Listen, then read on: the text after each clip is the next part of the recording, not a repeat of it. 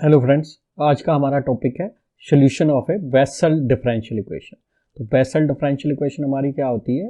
X square y double dash plus x times y dash plus x square minus n square bracket close y equal to zero. N हमारा क्या है? N is non negative constant. तो इस type की जो differential equation होती है हम उसको क्या कहते हैं? Bessel differential equation. अब देखो यहाँ पे जो एक्स स्क्वायर आ रहा है, यानी अगर एक्स को जीरो सब्सिट्यूट करते हैं तो हमारा पॉइंट किस में चला जाएगा? रेगुलर सिंगुलर पॉइंट में। ठीक है, अगर आप regular singular point, ordinary point के बारे में जानना चाहते हैं तो आप पुराने वीडियो लेक्चर देख सकते हैं, या आपको ऊपर आई बटन पे ऊपर यहाँ पे लिंक मिल जाएगा। ठीक है, तो हम इसका क्या करते हैं? सोल्यूशन निकालना शुरू करते हैं। तो सोल्यूशन कहाँ किससे निकालें? फ्रोबेनियस मेथड से। तो हम सबसे पहले क्या करते हैं? मान लेते हैं कि let y equal to summation m varying from 0 to infinity cm x raise to power m plus k be its solution. तो हमने क्या किया? इसका सीरीज सोल्यूशन मान लिया। वो क्या है? ये है वेयर सी नोट क्या है हमारा? नोट इक्वल टू जीरो होना चाहिए। ठीक है, तो यहाँ पे हमको क्या मिला? y डबल डैश है, यहाँ पे सिंगल डैश है। तो पहले फर्स्ट डेरिवेटिव निकाल लेते हैं। तो y डैश हमारा क्या आ जाएगा? Summation m varying from 0 to infinity cm। तो यहाँ पे पावर रूल लग जाएगा। क्या आ जाएगा? k plus m x raise to power k plus m minus 1। ये आ गया। अब सेकेंड डेरिवेटिव निकाल लेते हैं। तो y डबल डैश हमारे पास क्या बन जाएगा? Summation m varying from 0 to infinity cm k plus m minus 1। तो x की पावर क्या आ जाएगी? k plus m minus 2। हमने क्या किया? इन तीनों वैल्यूज को क्या किया? इस इक्वेशन में सब्स्टिट्यूट कर दिया। ठीक है, तो जब इस इक्वेशन में सब्स्टिट्यूट कर देंगे तो हमारे पास क्या मिल जाएगा? तो हमारे पास आएगा x square, y double dash की वैल्यू क्या है? ये। तो इसको हम सब्स्टिट्यूट कर देते हैं। समेशन m वेरिंग फ्रॉम, क्या करते हैं, हाईलाइटर को भी यूज़ कर लेते हैं ताकि अदरवाइज क्या है हमको कोई दिक्कत ना आए। ठीक है, तो माउस हाईलाइटर को भी हम यूज़ कर लेते हैं। ठीक है, ताकि हमको जो चीज़ें हैं दिखें। ठीक है, तो इसको भी हम पेज को बड़ा कर लेते हैं।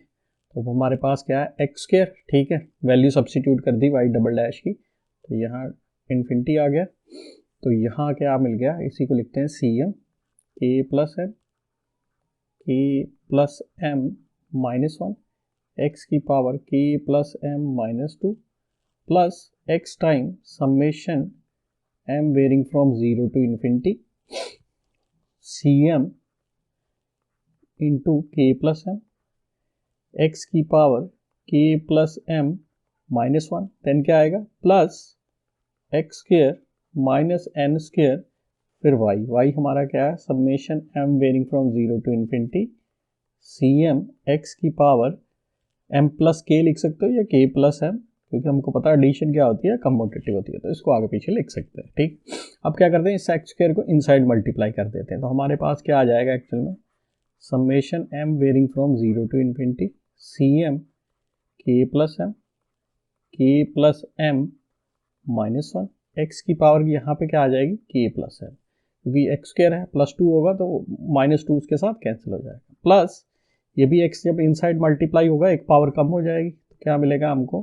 Summation m varying from 0 to infinity cm k plus m x की पावर k प्लस m।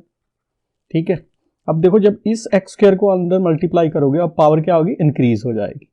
ठीक है, तो क्या आ गया हमारे पास? Summation m varying from 0 to infinity cm x की power k plus m plus 2। Then क्या आएगा? Minus n square summation m varying from 0 to infinity cm x की power k plus m, this is equal to 0। अब सबसे पहले हमने क्या करना है? We have to figure out the indicial equation, या फिर हम कहेंगे हमने रूट्स निकालने हैं। ठीक है, वो भी किसके? इंडिशियल इक्वेशन के। तो इंडिशियल इक्वेशन के लिए आपने क्या करना है? आपने स्मॉलेस्ट देखना, स्मॉलेस्ट एक्स की पावर कौन सी बन रही है। तो स्मॉलेस्ट देखें अगर इस पूरी इक्वेशन में, तो देखो यहाँ पे क्या बन रहा है k प्लस एम, यहाँ पे भी k प्लस एम, तो ये तो बड़ी हो गई, ये k प्लस वन। तो हमने क्या करना, फॉर इंडिशियल इक्वेशन जो स्मॉलेस्ट होगा इसमें x की पावर जो क्या होगी स्मॉलेस्ट क्या बन रही है k plus one, sorry k plus m बन रही है पावर। तो हमने क्या करना, फॉर इंडिशियल इक्वेशन जो स्मॉलेस्ट बन रही है, स्मॉलेस्ट हमारी क्या बन रही है k प्लस वन m, ठीक है। तो m में हमने क्या करना है, इंडिशियल इक्वेशन निकालने के लिए m को हमने क्या कर देना, 0 कर देना। तो दैट मीन मुझे क्या करना पड़ेगा, स्मॉलेस्ट क्या बनी x की पावर k प्लस वन, उसमें हमने क्या करना है m को 0 कर देना। किस लिए, क्योंकि हमको इंडिशियल इक्वेशन के रूट्स निकालने हैं। यानी हमने इक्वेट किसका कोफिशिएंट करना है, जब m आप 0 कर दोगे x की पावर k का। करते हैं equating to 0 coefficient of x power k, we get. दोबारा रिपीट कर रहा हूँ, हमने क्या करना है, इस इक्वेशन में जो स्मॉलेस्ट x की पावर होगी उसको चूज कर लेना। तो स्मॉलेस्ट हमारी क्या बन रही है, x की पावर k प्लस वन। उसमें क्या करना है, इंडिशियल इक्वेशन के लिए हमको m को 0 कर देना। तो m को 0 कर देंगे, इसमें क्या मिलेगा, x की पावर k। तो x की पावर k के कोफिशिएंट को हम क्या कर रहे हैं, 0 इक्वेट कर रहे हैं। तो पहले में क्या आ जाएगा मेरे पास, cm k plus m, then k plus m minus one. अब इसमें भी x की power k plus one, k plus m बन रहा है। तो यहाँ पे भी मेरे पास क्या आ जाएगा, cm और क्या है, k प्लस m, और इधर भी मुझे क्या, देखो यहाँ पे क्या आ रहा, पावर क्या मिल रही, k plus m plus two. तो यानी इसमें से हमको कुछ नहीं मिलेगा। अब नेक्स्ट में क्या मिलेगा, देखो हम किसकी पावर कंपेयर कर रहे हैं, कोफिशिएंट कंपेयर कर रहे हैं, तो x की पावर k प्लस m का। तो मुझे यहाँ क्या मिलेगा, देखो बाहर क्या है n स्क्वायर और इनसाइड क्या है cm, तो ये मिलेगा, ठीक है। लेकिन हमने क्या किया था, हमको k प्लस m को हमने क्या किया था, 0 किया था। तो यहाँ लिख लेते हैं वेयर m इक्वल टू 0। अब क्या करते हैं, यहाँ पे m को 0 कर देते हैं। तो हमको क्या मिल गया, c note k minus one, ठीक है। यहाँ आप k प्लस m ही कर दो, क्योंकि k प्लस m करेंगे तो एग्जैक्टली ये आ जाएगा, ठीक है। तो फिर हमने उसके बाद क्या किया, m को 0 कर दिया, तो ये मिल गया। प्लस यहाँ क्या मिल जाएगा, c नॉट k, m तो 0 कर दिया, तो यहाँ मुझे मिल गया minus n square c naught, this is equal to 0। ये हमने क्या किया गया, इंडिशियल इक्वेशन के रूट्स निकालने के। यहाँ पे आप देख सकते हो c नॉट आपके पास कॉमन आ गया, ठीक है। तो यहाँ देखो आपके पास क्या आ जाएगा, k square minus k plus k, और इधर क्या मिल गया, minus n square, this is equal to 0। तो k के साथ k कैंसिल हो गया। अब देखो जो हमने अजम्पशन ली थी, सीरीज सोल्यूशन लिया था, उसमें c नोट क्या होना चाहिए, c naught not equal to 0 होना चाहिए। तो हमने क्या किया, यहाँ पे देखो c नोट आ रहा है, as c naught is not equal to 0। तो इसका मतलब क्या हुआ, जो इनसाइड बच गया, तो दो चीज़ों का प्रोडक्ट है 0, k square minus n square equal to 0। तो क्या आ गया, k square equal to n square, क्या आ गया हमारे पास, k equal to plus minus n आ गया, ठीक है, ये आ गया। अब एक बात का और ख्याल रखना, जब भी आप इंडिशियल इक्वेशन के रूट्स निकालोगे तो आपने क्या करना है, जो स्मॉलेस्ट पावर होगी x की उसी को इक्वेट करना है, बाकियों को नहीं बनाना है। जिसमें x की पावर k प्लस m आएगी, जो स्मॉलेस्ट होगी उसी को इक्वेट करना, ठीक है। अब हमने क्या करना है, अब हमने रेफरेंस रिलेशन निकालना है। ये किस लिए था, इंडिशियल इक्वेशन के रूट्स निकालने के लिए। तो ये जो हमारी बन रही है, ये हमारी क्या बन रही है, इंडिशियल इक्वेशन बन रही है। अब हमने क्या करना, रेफरेंस रिलेशन निकालना। रेफरेंस रिलेशन का क्या फ़ायदा है कि हमको जो कोफिशिएंट्स हैं c note, c1, c2, c3, इनकी वैल्यू मिल जाएगी। अब रेफरेंस रिलेशन के लिए भी हमने क्या करना है, इसी का कोफिशिएंट जो स्मॉलेस्ट है उसी का कोफिशिएंट कंपेयर करना है, ठीक है। अब आप कहोगे कि फिर तो यही इक्वेशन आ जाएगी जो हमने ऊपर लिखी है। नहीं, इसमें हमने क्या है, सिर्फ c नोट की टर्म्स में ही बनाया है ताकि हमारे रूट्स निकल सके। अब क्या है, अब मुझे x की पावर k प्लस m का कोफिशिएंट चाहिए, ठीक है। रेफरेंस रिलेशन के लिए हम क्या करेंगे, बाकी तो एज इट इज रहेंगे, यहाँ पे भी क्या करेंगे हम, x की पावर, क्योंकि हमको क्या चाहिए, k प्लस m, तो यहाँ पे हम m को क्या चेंज कर देंगे, m माइनस टू, ताकि सारे कोफिशिएंट इंक्लूड हो सके। ऊपर इंडिशियल में क्या कर रहे थे, जहाँ पे नेचुरली बन रहे थे उसी को कंपेयर कर रहे थे। तो हमने अगेन क्या किया, कोफिशिएंट ऑफ इस तरह लिखना, x की पावर k प्लस m का कोफिशिएंट, ठीक है। किस इक्वेशन में, इस वाली इक्वेशन में, ठीक है। तो बाकी देखो ये वाली टर्म में तो आएंगी, तो क्या आएगा हमारे पास, cm k plus m minus one, plus CM AM, ठीक है। अब देखो यहाँ पे अब मुझे क्या चाहिए, K प्लस M का कोफिशिएंट चाहिए। तो M को अगर मैं M-2 से चेंज कर देता हूँ यहाँ पे, 2 कैंसिल हो जाएगा, तो x की पावर क्या आ जाएगी, K प्लस 1। लेकिन M को मैंने क्या चेंज किया, M-2, तो मुझे यहाँ पे क्या कोफिशिएंट मिलेगा, प्लस CM-2, ठीक है। और इधर तो x की पावर वही आ रही, तो क्या मिल गया, -n² इक्वल टू 0। लेकिन इतना क्या रखना, इंडिशियल इक्वेशन में जहाँ पे x की power K plus M appear हो रहा है उसी को हमने लेना। लेकिन यहाँ पे क्या, रेफरेंस रिलेशन में जितने भी x की पावर K प्लस M बन रहे हैं या हम बना सकते हैं, उन सभी को इंक्लूड कर लेना। तो यानी यहाँ पे एक टर्म बढ़ गई। तो अब देखो अगेन, अब यहाँ पे एक चीज छूट गई है, यहाँ पे क्या है, CM भी आएगा, ठीक है। अब देखो फिर उसी तरह करेंगे, CM कॉमन आ गया, देखो यहाँ से भी और इस वाली टर्म। अब देखो और क्या कॉमन आ रहा है, यहाँ पे K प्लस M कॉमन आ गया, ठीक है। पहले इन दो टर्म का लिखना, तो इन साइड क्या बच गया, K प्लस M-1, और इधर से मुझे क्या मिल जाएगा, +1, ठीक है। ये ब्रैकेट मैंने क्लोज कर दी और साथ में इधर कर दिया NCM², और इसको मैंने इधर कर दिया CM-2। अब देखो 1 के साथ 1 कैंसिल हो गया, तो अब मुझे क्या मिल गया, CM, देखो सेम क्वांटिटी होगी तो क्या आएगा, K प्लस M का होल स्क्वायर माइनस, अब देखो यहाँ पे n² है, यहाँ n² लिखना, यहाँ नहीं आएगा, तो यहाँ मुझे क्या मिलेगा, n² CM माइनस CM-2। अब देखो यहाँ पे क्या, लेफ्ट साइड पे क्या, हम CM को कॉमन कर सकते हैं, तो हमको क्या मिल जाएगा, K प्लस M का होल स्क्वायर माइनस n का होल स्क्वायर, n², फिर क्या, माइनस CM-2।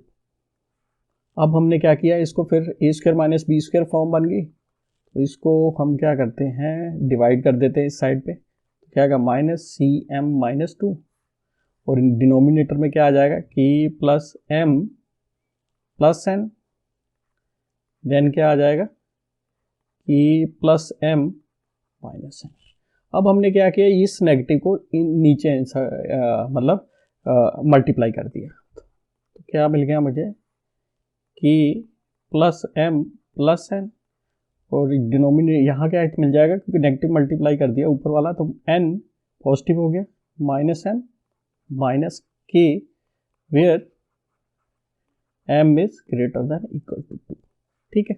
अब अगर आपने पुराने लेक्चर मेरे पढ़े हैं तो मैंने आपको बताया था, जब भी रेफरेंस निकालते हैं, रेफरेंस रिलेशन निकालते हैं, अगर CM-2 के साथ कनेक्ट करें, मीन्स रेफरेंस रिलेशन में CM भी आ रहा और CM-2 भी आ रहा, तो अब हमको क्या, C1 को कैलकुलेट करना पड़ता है, ठीक है। कहाँ से, जो मेन इक्वेशन हमारी थी, मेन इक्वेशन मीन्स यहाँ से हमने क्या किया, इंडिशियल इक्वेशन, और ये क्या, रेफरेंस रिलेशन निकालना, मतलब C1 मुझे यहाँ से निकालना पड़ेगा, ठीक है।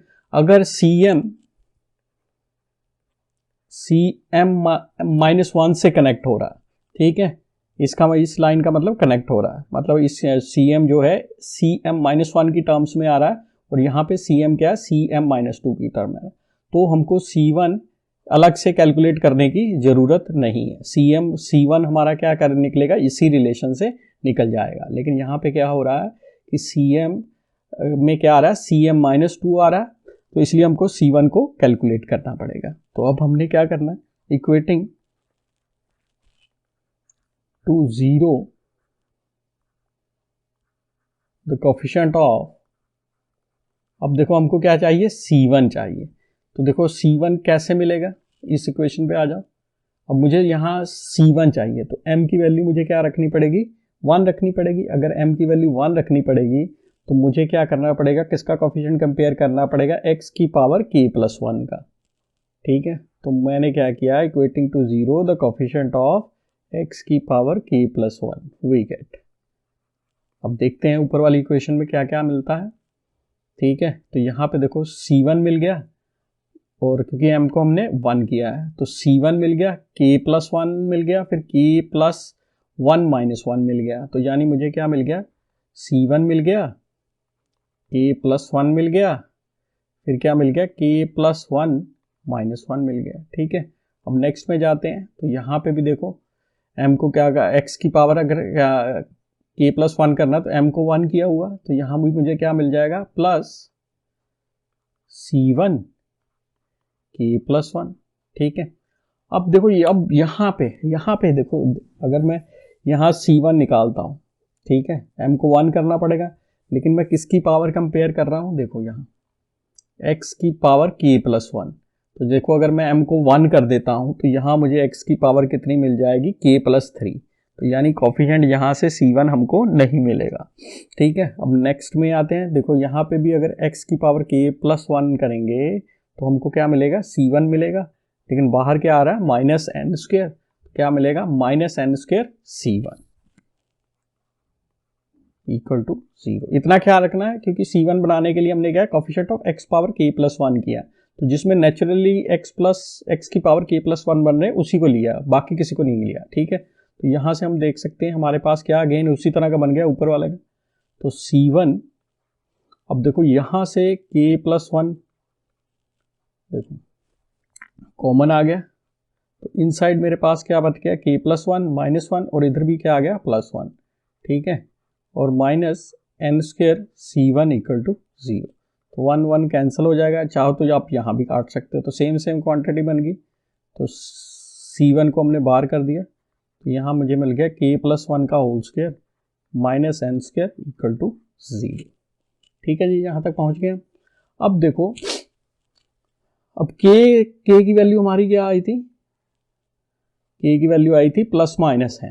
ठीक है, तो अब ये हमारे पास रिलेशन आ गया। तो अब देखो अगर k मेरा n होता है, ठीक है, तो यहाँ पे मुझे क्या मिलेगा, देखो k मेरा अगर n होता है तो इसको देखो क्या मिल जाएगा, इसको हम इस तरह भी लिख सकते हैं, k plus 1 minus n, k plus 1 plus n equal to 0। अगर देखो मेरा k इक्वल टू n हो गया तो मुझे यहाँ पे क्या मिलेगा, n हो गया, n के साथ n कैंसिल हो गया तो मुझे 1 मिल गया। ठीक है, और यहाँ k इक्वल टू n होगा तो मुझे क्या मिलेगा, 2n प्लस 1। तो देखो ये वैल्यू तो मेरी नॉट इक्वल टू 0 आ रही है।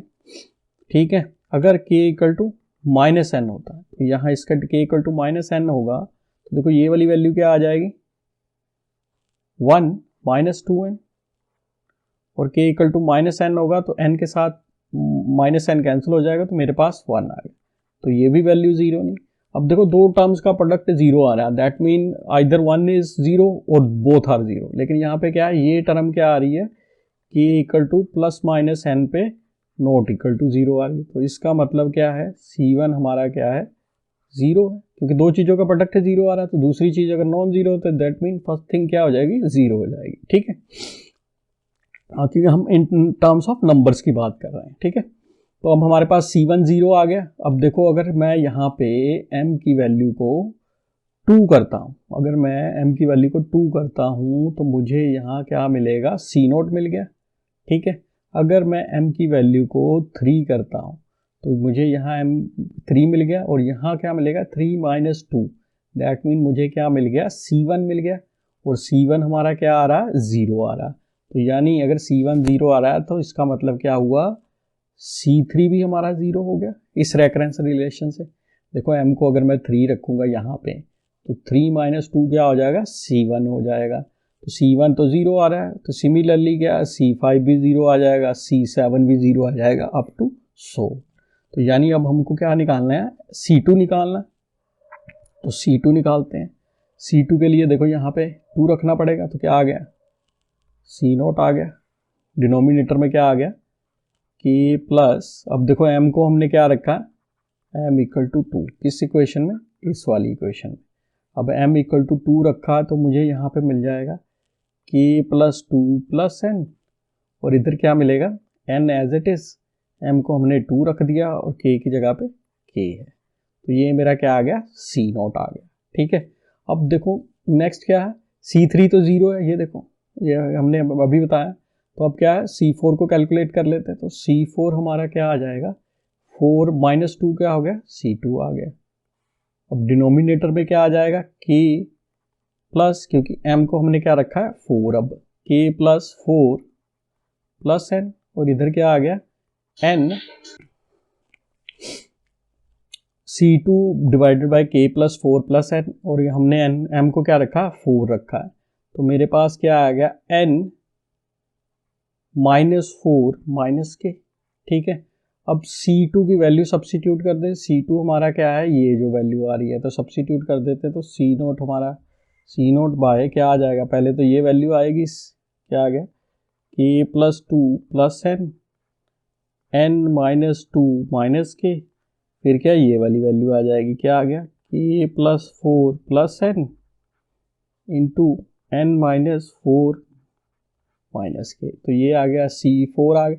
देखो C2 भी निकल गया इन टर्म्स ऑफ C0 और C4 भी निकल गया in terms of C0 and so. अब देखो हमारा सोल्यूशन क्या था, हमारा सोल्यूशन था y equal to summation m varying from 0 to infinity Cm x की पावर k प्लस m। तो देखो अगर मैं समेशन को वेरी करता हूँ तो मुझे क्या मिलेगा, C0 x की पावर k, C1 x की पावर k प्लस m, फिर क्या मिलेगा, C2 यहाँ k प्लस 1 मिलेगा, क्योंकि m को हमने क्या किया, पहले 0 किया देन 1 किया, फिर क्या आएगा, C2 x की power k plus 2, C3 x की power k plus 3, C4 x की power k plus 4, C5 x की power k plus 5 up to so on. अब देखो ऊपर हमने क्या लिखा है, देखो C3 जो कोफिशिएंट है ये भी 0 आ रहा है, C5 भी 0 आ रहा है, C7 भी 0 आ रहा है। तो यानी कि ये देखो ये वाला जो कोफिशिएंट है C1 0, तो ये भी हमारा 0 हो गया, C3 भी 0 आ रहा है, ये भी 0 हो गया, और C5 ये भी 0 हो गया यहाँ से। ठीक है, तो हमारे पास जो सोल्यूशन है किस पे आ गया, y इक्वल टू C0। अब देखो x की पावर k प्लस इधर क्या आ गया, C2 x की पावर k प्लस 2, देन क्या नेक्स्ट क्या आ गई, C4 x की power k plus 4 up to so. अब क्या करते हैं, C2 की वैल्यू सब्सिट्यूट कर देते हैं इन टर्म्स ऑफ C0, ये आ रही है, और C4 की भी वैल्यू सब्सिट्यूट कर देते हैं, ये आ रही है। ठीक है, तो हमने क्या किया, अब देखो x पावर k तो सभी में कॉमन आ रहा है, तो हमने कॉमन निकाल लिया। इनसाइड मेरे पास क्या रहेगा, C0, C2 की वैल्यू ये रही, सब्सिट्यूट कर दे तो क्या आ जाएगा, C0 by k plus 2 plus n,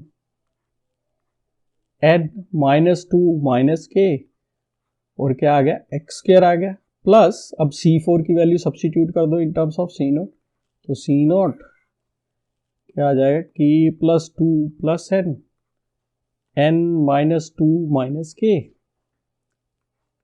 plus 4 plus n -4 minus k, और साथ में क्या आएगा, x की पावर 4 अप टू सो। ठीक है जी, यहाँ तक पहुँच गए। अब देखो हमने रूट क्या निकाला, यहाँ से देखो और एक चीज़ क्या आ रही है, C0 भी कॉमन निकाल सकते हो। ठीक है, अब हमने क्या किया, नेक्स्ट स्टेप में C0 को भी कॉमन कर देंगे, तो हमारे पास क्या आ जाएगा, एक्चुअली में C0 x की पावर k, इधर 1 ही रह गया, इधर क्या आ गया, x square by k plus 2 plus n -2 minus k, इधर क्या आ गया, प्लस x की power 4 divided by k plus 2 plus n -2 minus k plus 4 plus n -4 minus k plus up to so. अब हमने क्या किया, अब सोल्यूशन निकालने हैं, दो लीनियरली इंडिपेंडेंट सोल्यूशन, तो हमने क्या किया, replacing C0 by a and putting k equal to n, we get. हमने क्या किया, k को n सब्सिट्यूट कर दिया और C0 को किससे रिप्लेस कर दिया, a से। तो हमारे पास क्या आ गया, C0 की जगह पे a आ गया, और x की पावर अब क्या आ गई, क्योंकि k को हमने क्या कर दिया, n, तो ये चीज़ आ गई। अब इनसाइड देखते हैं क्या चेंजेस आते हैं, तो पहले तो 1 नहीं रहा, ठीक है, x स्क्वायर, अब देखो k को हमने क्या किया, n सब्सिट्यूट किया, तो देखो यही वाली टर्म को, तो k को हमने क्या किया, n सब्सिट्यूट किया, यानी क्या आएगा, n plus 2n, n plus 2 plus n आएगा, यानी 2n प्लस 2 आ गया, तो 2 कॉमन निकाल सकते, तो n प्लस 1 आ गया, तो यानी यहाँ ये वाली टर्म किस में रिड्यूस होगी, ट्वाइस ऑफ n प्लस 1। अब देखो यहाँ पे k इक्वल टू n करेंगे तो यहाँ n नेगेटिव आ गया, ये पॉजिटिव और ये नेगेटिव कैंसिल हो जाएगा, तो हमको क्या मिलेगा, -2 मिलेगा। ठीक है, प्लस x की पावर 4। अब देखो जी, ये तो पहली दो टर्म आ रही हैं, यही वाली तो आ रही हैं, तो उनकी जगह पे ये लिखते 2n+1 -2। अब इस पे आते हैं तो देखो k को जब n करोगे तो आपके पास क्या मिलेगा, 4, इधर मिल गया n+4 + n, तो क्या आएगा 2n+4, तो 2 कॉमन निकलवा लो तो n+2 मिल जाएगा। तो यहाँ से मुझे मिल गया ट्वाइस ऑफ n+2। अब देखो यहाँ पे k को n रखोगे तो n कैंसिल हो गया, आपको क्या मिल जाएगा, -4 मिल जाएगा अप टू 100। अब देखो थोड़ा रीअरेंज करके लिख लें, a x की पावर n, तो यहाँ पे देखो 1, अब ये नेगेटिव यहाँ आ रहा था, इसको यहाँ क्या कर देंगे, नेगेटिव कर दिया, और 2 क्या आ रहा है, इसको कर दिया स्क्वायर कर दिया, और यहाँ लिख लिया n+1। अब नेक्स्ट टर्म में देखो यहाँ नेगेटिव आ रहा है और यहाँ नेगेटिव आ रहा है, तो नेगेटिव नेगेटिव पॉजिटिव हो जाएगा, मतलब ये टर्म तो पॉजिटिव ही रहेगी, x की पावर 4। अब देखो यहाँ इसको हम क्या लिख सकते हैं, देखो यहाँ 2 स्क्वायर आ रहा था, तो यहाँ पे देखो ये 2 स्क्वायर बन गया।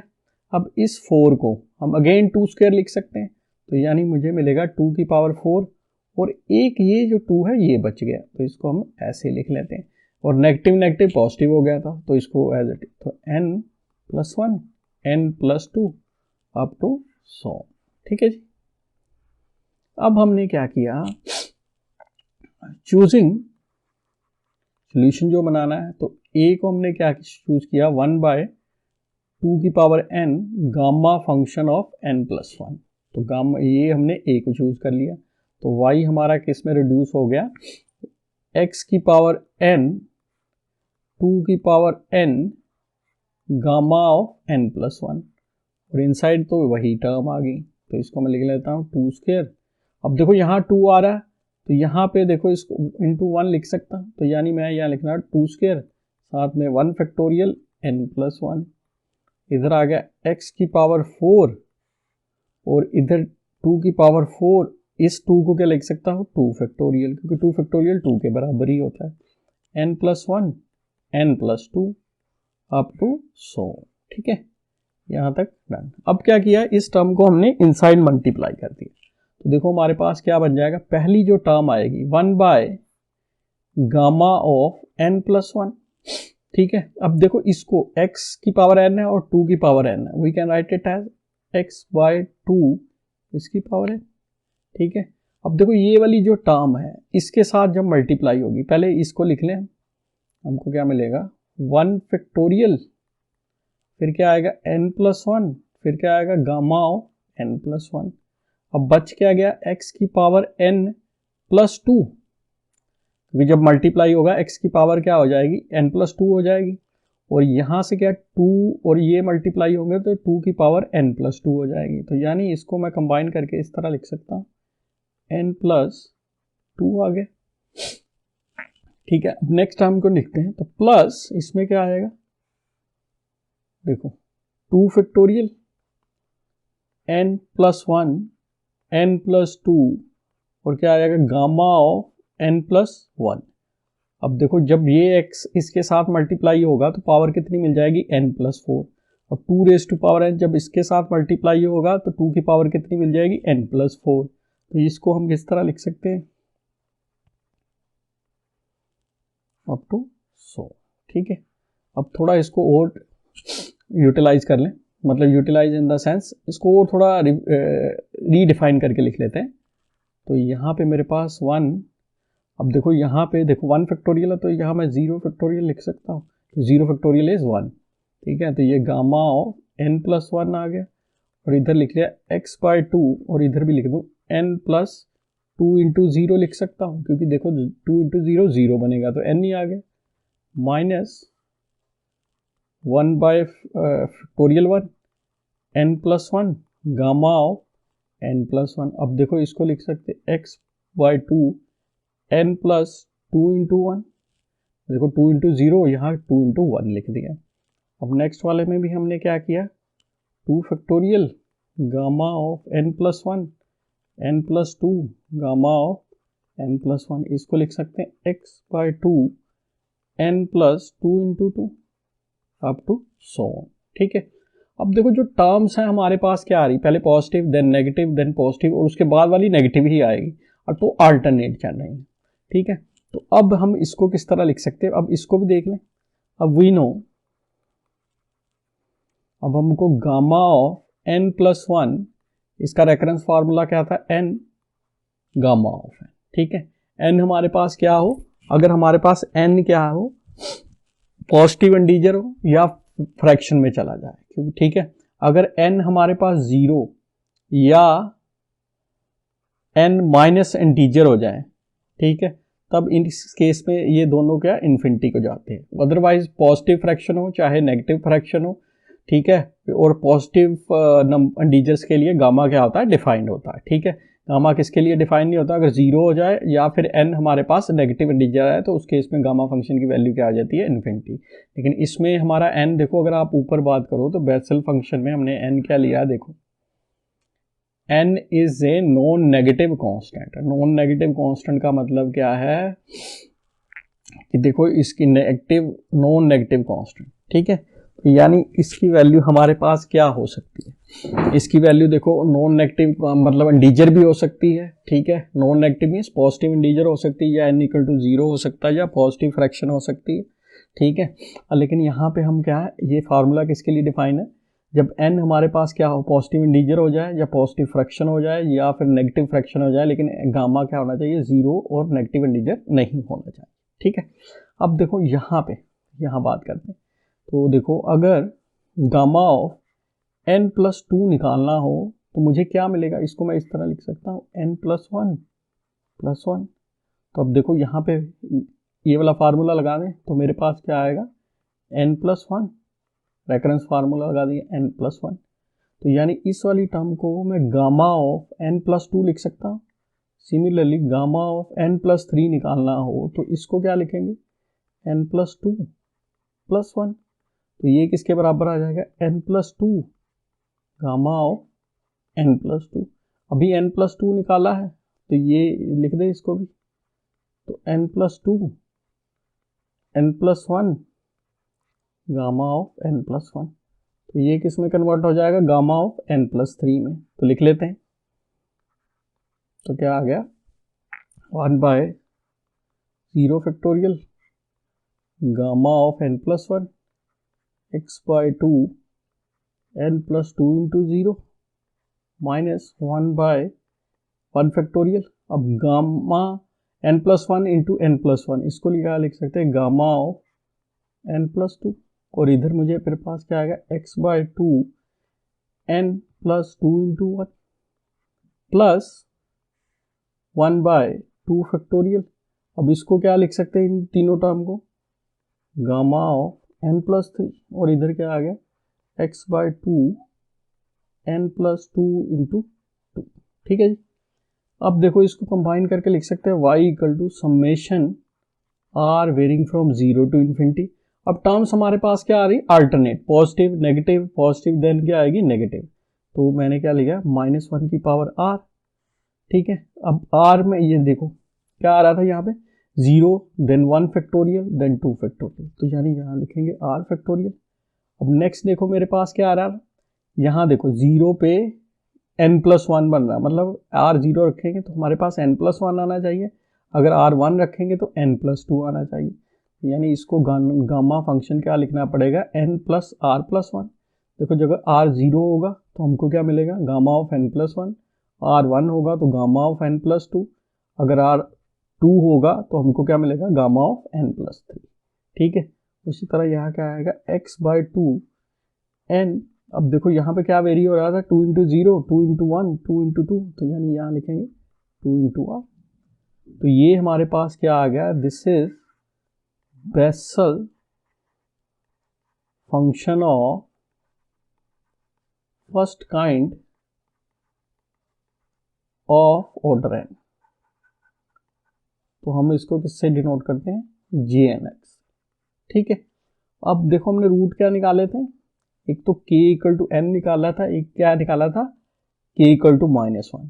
तो इस यहाँ पे क्या करते हैं, ये हमारा jnx आ गया। अब n को माइनस एन से, क्योंकि ये हमने क्या सोल्यूशन निकाला है k इक्वल टू एन पे, तो अगर k equal to minus n पे निकालना तो अब हमको क्या है j ऑफ माइनस एक्स, और यहाँ पे क्या मिलेगा summation r varying from 0 to infinity minus 1 की पावर r फैक्टोरियल, गामा में क्या आ जाएगा minus n plus r plus 1 x by two minus n plus 2। ठीक है, अब देखो हमको क्या निकालना है, दो लीनियरली इंडिपेंडेंट सोल्यूशन निकालने हैं। ठीक है, तो यहाँ जे एन एक्स बन रहा है और यहाँ पे जे माइनस एन एक्स बन रहा है। ठीक है, तो लीनियरली इंडिपेंडेंट सोल्यूशन निकालने हैं, तो यानी हमको अब क्या प्रूव करना पड़ेगा, ये जो जे एन एक्स है और जे माइनस एन एक्स है ये दोनों आपस में क्या है लीनियरली इंडिपेंडेंट है। ठीक है, तो हमने क्या लिया, let n be non integral, तो n जो है हमारा इंटीजर नहीं है। ठीक है, तो यानी n एक्चुअल में है क्या है, n देखो अगर ऊपर हम बात करें तो n को हमने क्या लिखा, non negative constant, non negative constant. अब नॉन नेगेटिव में क्या आएगा, जीरो भी आ सकता है, पॉजिटिव इंटीजर सारे आ सकते हैं, पॉजिटिव फ्रैक्शन सारी की सारी आ सकती है। ठीक है, अब हमने केस क्या ले लिया, let n be non integral. Non integral का क्या मतलब हो गया कि हमारे पास क्या है n अब क्या फ्रैक्शन ही आनी चाहिए। ठीक है, ये इंटीजर नहीं होना चाहिए। Let n be non integral means n हमारा क्या आ जाए, फ्रैक्शन आ जाए, तो फ्रैक्शन भी क्या आनी चाहिए हमारी, क्योंकि एन क्या है नॉन नेगेटिव कांस्टेंट, फ्रैक्शन भी क्या आनी चाहिए, पॉजिटिव आनी चाहिए। अभी मैंने क्या बताया था कि जो गामा है, गामा ऑफ एन और gamma of zero, and gamma of n और गामा ऑफ जीरो इनकी वैल्यू इन्फिनिटी होती है if n is negative integer. ठीक है, लेकिन यहाँ पे हम n को क्या ले रहे हैं, non integral. Non integral means हमारे पास फ्रैक्शन आ जाए, फ्रैक्शन आ गए, और फ्रैक्शन में भी हम क्या ले रहे हैं, क्योंकि ऊपर n क्या लिखा हमने नॉन नेगेटिव कांस्टेंट, तो n क्या हमारा आ रहा है पॉजिटिव फ्रैक्शन। तो देखो यहाँ पे जो n है ये क्या आ गया, फ्रैक्शन में आ गया। r हमेशा हमारा क्या होगा, इंटीजर होगा इस समेशन के कारण, प्लस 1। तो ये जब भी बनेगी ये क्या है फ्रैक्शन बनेगी, एक फ्रैक्शन बन सकती है, या तो पॉजिटिव बनेगी या negative, depend upon the value of r। तो यानी ये वैल्यू क्या है, कभी भी जीरो नहीं होगी और ना ही नेगेटिव इंटीजर होगी, तो यानी ये वैल्यू क्या है, डिफाइंड है। ठीक है, लेकिन ठीक है डिफाइंड है मीन्स फाइनाइट आएगी अगर n हमारा क्या है नॉन इंटीग्रल है, क्योंकि ये डिफाइंड होगी। ठीक है, अब देखो if 2r is less than n, अगर देखो 2r लेस देन n हो गया तो 2r minus n less than 0 हो गया। ठीक है, तो लेस देन 0 हो गया तो देखो ये क्या है, नेगेटिव आएगा, तो यानी इधर क्या आएगा, क्योंकि ये वैल्यू मेरी क्या होगी, नेगेटिव हो गई। अगर नेगेटिव होगी तो इसको पॉजिटिव बनाने के लिए हमको क्या लिखना पड़ेगा, उल्टा लिख लें, तो हमारे पास क्या आ जाएगा n माइनस 2r। तो यानी यहाँ से हम देख सकते हैं जो x की पावर्स क्या बनेगी, नेगेटिव पावर्स बनेगी। x की पावर x डिनोमिनेटर में भी आ गया, क्योंकि 2r क्या है लेस देन n है, अगर ये हो जाता है तो x की हमको क्या मिलेगी, नेगेटिव पावर मिलेगी। ठीक है, लेकिन अगर इसकी बात करें तो x की पावर यहाँ पे क्या मिलेगी, हमेशा पॉजिटिव मिलेगी। ये क्यों लिख रहे हैं, ताकि यहाँ से हमको ये पता लग गया कि jnx और j माइनस एन को हम लीनियर कॉम्बिनेशन में नहीं लिख सकते। रीज़न क्या है, ये दो रीज़न है। ठीक है, एक तो क्या है, अगर ये value 2r less than n हो जाएगी तो यहाँ x की नेगेटिव पावर्स मिलेंगी, लेकिन jnx में देखो कोई भी कुछ भी रख लो x x, क्योंकि ये क्या आ रहा है यहाँ पे दोनों n भी पॉजिटिव है तो 2r भी पॉजिटिव है, तो ये क्या है हमेशा x की पावर पॉजिटिव मिलेगी। तो ये दोनों आपस में क्या होंगे, लीनियरली इंडिपेंडेंट हो गए। ठीक है, अगर लीनियरली इंडिपेंडेंट हो गए, ठीक है, तब हमारा सोल्यूशन क्या होगा, देन जो हमारा जनरल सोल्यूशन क्या होगा, a jnx plus b j minus nx where n is not an integer. ठीक है, अगर n इंटीजर नहीं है तो हमारा सोल्यूशन क्या होगा, ये होगा। और jnx और j माइनस एक्स आपस में क्या होंगे, दोनों लीनियरली इंडिपेंडेंट होंगे। a और b हमारा क्या है, आर्बिट्ररी कांस्टेंट है। तो जब भी एक नंबर में क्वेश्चन, ये एक नंबर में एक गेट में क्वेश्चन पूछे गए हैं कि अगर n आपको इंटीजर नहीं दिया, ठीक है, तो सोल्यूशन ये होगा। अगर n इंटीजर हो गया तो उस केस में आपका सोल्यूशन अलग होगा, उसको भी हम नेक्स्ट लेक्चर में डिस्कस करेंगे, ठीक है। तो आज के लिए बस इतना है। Thank you for watching this video.